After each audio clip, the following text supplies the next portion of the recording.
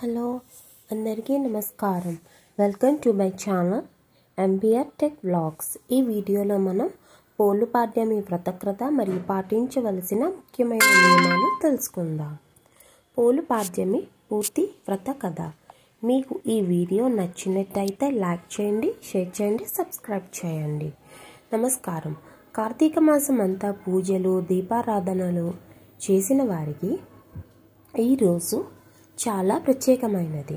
ఈరోజు మనం తెలుసుకోబోతున్నాం పోలుపాడ్యమి వ్రతకథ. భక్తితో జీవించిన ఒక మహిళ స్వర్గ ప్రాప్తి పొందిన మహిమమైన కథ. అది పోలి కథ.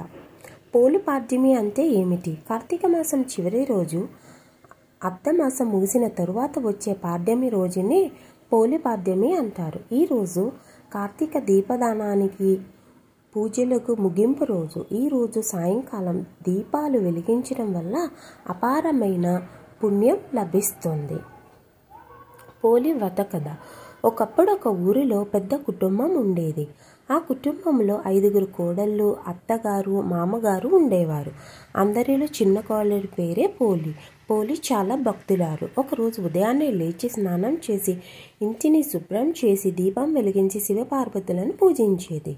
మిగతా కోడళ్ళు అయితే అలా కాకుండా వ్యర్థమైన మాటలు, పనులతో నిమగ్నమై ఉండేవారు. కానీ ఈ పోలి అనే మహాభక్తురాలు మట్టుగా మనస్సుతో, భక్తితో ఆ శివారాధన చేస్తూ ఉండేది. ఒక కార్తీక మాసం చివరి రోజున అత్తగారు అందరి కోడళ్లను నది తీరం వద్ద స్నానం చేయమని చెప్పారు. కానీ పోలి చెప్పింది, నేను ఇంట్లోనే పూజ చేసి దీపం వెలిగిస్తాను. అత్తగారు కోపంతో, పూజ చేస్తే ఏం లాభం, ఎవరు నీతో రావడం లేదు అని అన్నారు. అయినా పోలి మౌనంగా ఉన్నది. అప్పుడు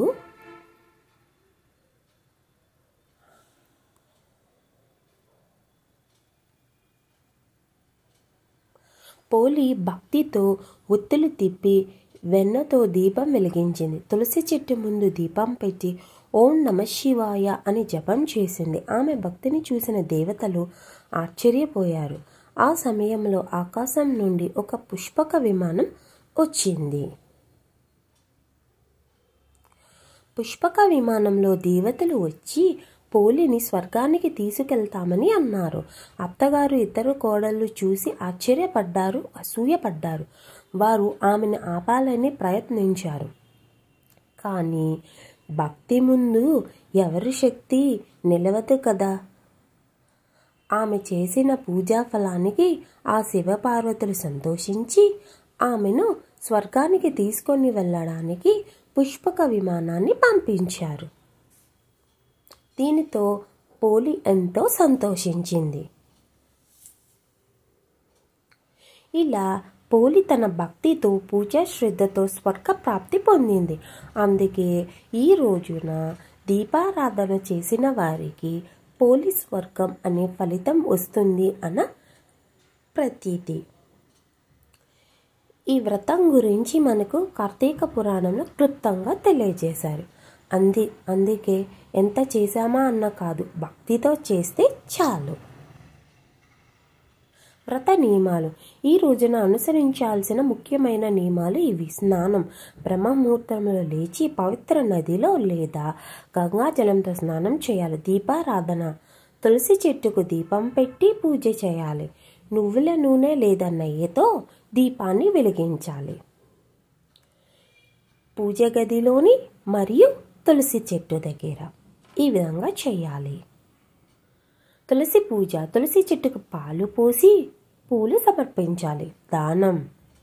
పేదవారికి లేదా బ్రాహ్మణులకు భోజనం పెట్టి వస్త్రదానం చేయాలి. ఇక ముఖ్యమైనది మనం చేయాల్సినది జపం. ఓం నమ శివాయ లేదా ఓం నమో నారాయణాయ అనే జపం చేయాలి. వీలైతే 108 సార్లు ఓం నమ శివాయ, ఓం నమో నారాయణాయ అని జపం చేస్తే చాలా మంచిది. ఫలితం. ఈ వ్రతం పాటించిన వారికి పాపాలన్నీ నశిస్తాయి. భక్తి, ఐశ్వర్యం, మోక్షం లభిస్తాయి. కార్తీక మాసం చివరిన దీపం వెలిగించిన వారికి పోలి స్వర్గం ఫలం లభిస్తుందని శివుడు స్వయంగా ప్రకటించాడు. అందుకే ఆ రోజున అందరూ నది తీరంలోని వేకువజామున దీపాలను వదిలి వాళ్ళకి కూడా ఆ పోలి మాతకు వచ్చినంత పుణ్యం రావాలి అని చెప్పి ప్రతి ఒక్క మహిళ కూడా ఈ విధంగా ఈ వ్రతాన్ని ఆచరించి చేస్తారు. ఈ వీడియో మీకు నచ్చినట్టయితే లైక్ చేయండి.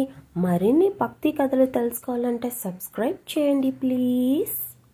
If you like the video please like and share and subscribe.